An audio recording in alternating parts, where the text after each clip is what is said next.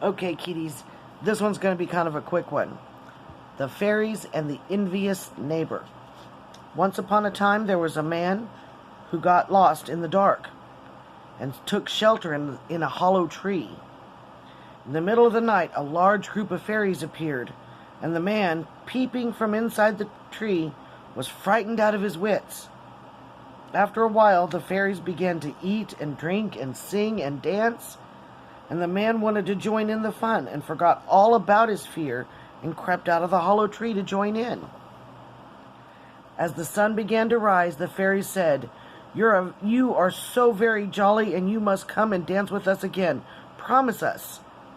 So, to make sure the man would return, the elves took a large wart that was on the guy's forehead. The man left for his house in glee, both at having passed a great night and for getting rid of his wart.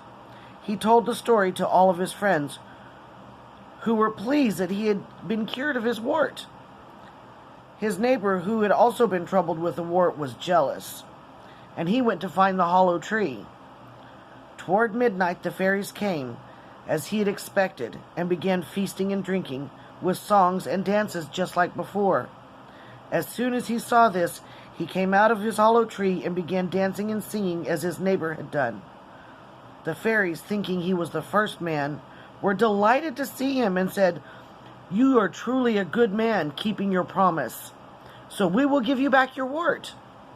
With that, one of the fairies pulled the wart out of his pocket and stuck it right on the man's forehead, on top of the one he already had. The envious neighbor went home weeping with 2 warts on his head instead of 1. Now this is a really good lesson. People should be pleased for the luck of others, without wanting it for themselves. That's all. Really short. Love you. Good night.